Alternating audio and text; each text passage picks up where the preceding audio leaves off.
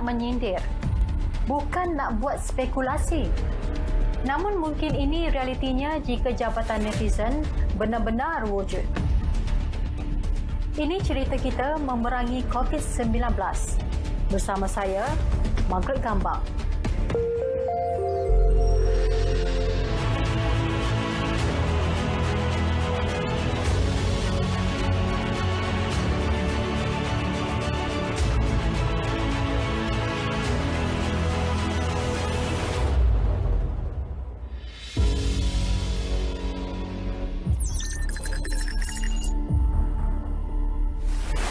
Radang paru-paru yang tidak diketahui puncanya mula dikesan di Wuhan, wilayah Hubei. So ini memang kita boleh bahagikan virus ini kepada 3 jenis strain lah, A, B, C. Kalau ikutkan apa yang literature review, A adalah paling rapat dekat asal-usul daripada haiwan, iaitu kelawar dengan usul pangolin. So based on sequencing data, kita boleh mengetahui asal-usulnya daripada haiwan, tetapi dia boleh jump species kepada manusia. Cara dia masuk tu menggunakan ada juga reseptor dekat spike protein yang serasi dengan reseptor ACE2 pada manusia. Sebab itu virus itu boleh jump kepada manusia lah. Pada Januari 2020, pihak WHO telah mengesahkan bahawa wabak yang berlaku di Wuhan, China adalah disebabkan jangkitan daripada coronavirus baharu atau novel coronavirus. Pada 24 hari bulan Januari, around 11.26 pagi, kami dapat mesej daripada WhatsApp mengatakan ada sampel COVID, suspected COVID daripada kontak positif di kes di Singapura. Pada jam 8.30 malam, sampel yang ditunggu tu akhirnya sampai. Kami dekat lab memang dah standby, ada 3 orang, which is saya bertugas pada malam tu dan 2 orang juruteknologi mama perubatan. Of course, perasaan yang kami ada pada masa tu memang bercampur bau sebab dalam hati kami fikir, is it real? Sampel datang Malaysia. Kita sebut-sebut je, tiba-tiba dia dah sampai depan mata kami. So, pengalaman malam tu memang kalau nak ikutkan, nak dikenang balik, memang tak boleh tidur malam lah balik kalau diingat kembali. Actually, kami jalankan ujian dijangka keluar dalam jam 12 malam. Tapi pada masa tu, jam 11.30 malam, kami nampak keputusan ujian tu dah keluar sikit. And kami fikir dalam hati saya, kenapa nampak macam positif? So pada malam 24 Januari itulah yang kami keluarkan 3 kes positif yang pertama yang kita kesan COVID-19 di Malaysia.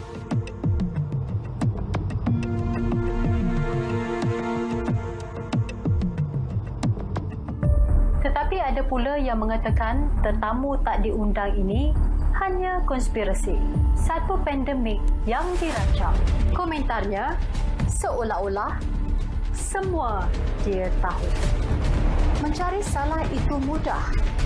Mengaku salah itu susah. Gah berkomentar.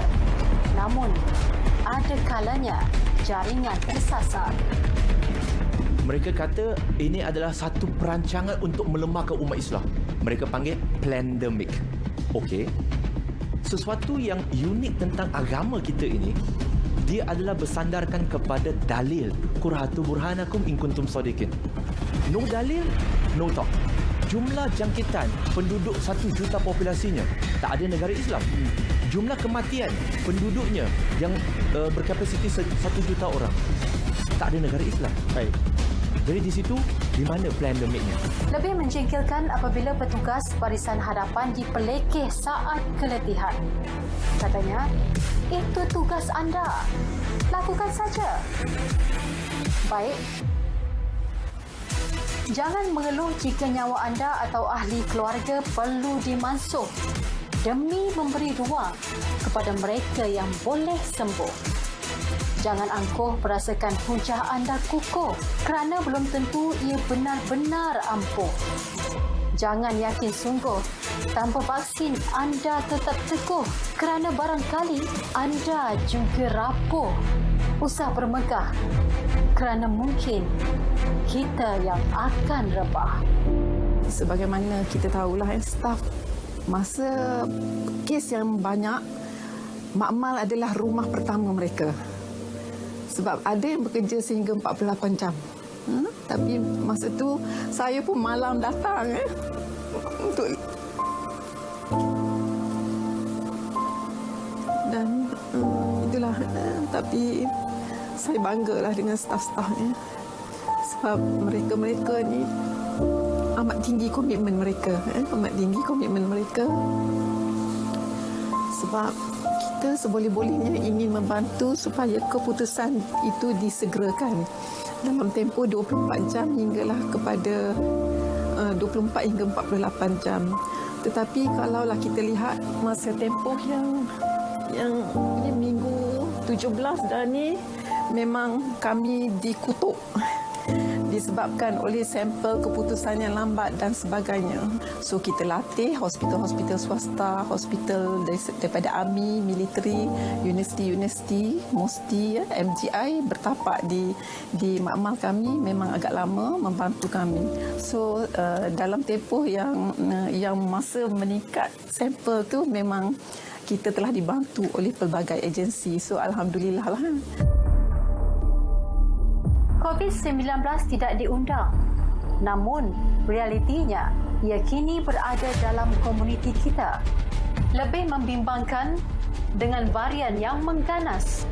Virus menjangkiti dan apabila menjangkiti, virus akan membiak di dalam paru-paru kita dan pembiakan tersebut kalau banyak pembiakan berlaku dan boleh menjangkiti dan juga kalau banyak pembiakan berlakulah mutasi. Dan sekarang kita lihat pelbagai mutasi dan VOI ataupun variant of interest dan juga variant of concern.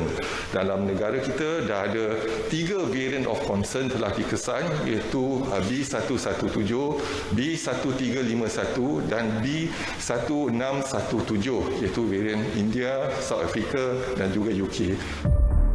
Susulan kes meningkat, Kementerian Kesihatan Malaysia dan agensi berkaitan tidak mengendurkan kesiapsiagaan. Malah, keperluan mendesak dipenuhi segera. Tapi apa yang penting ialah peningkatan katil dan juga ICU bukan satu penyelesaian.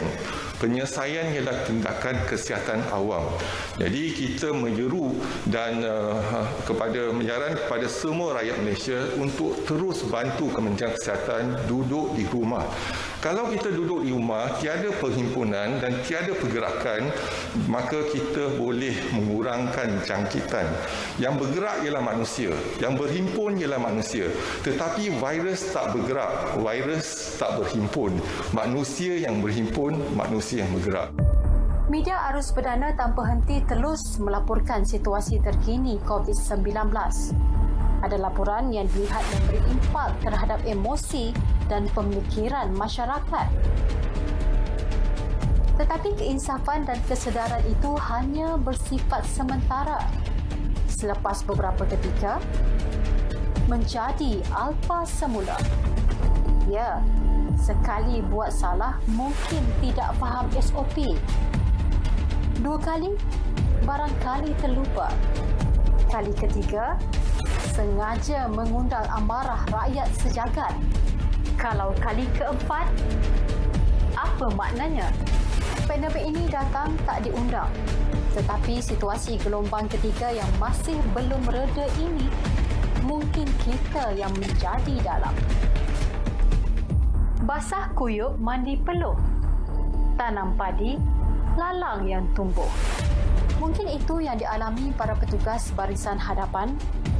Penat lelahnya tak berkesudahan. Menyelamat nyawa tak beralasan. Namun berbaloikah pengorbanan malam dan siang? Kalau sehingga kini pun tak henti berperang. Kalau pandemik semakin parah, bimbang terlewat, sesal tak sudah.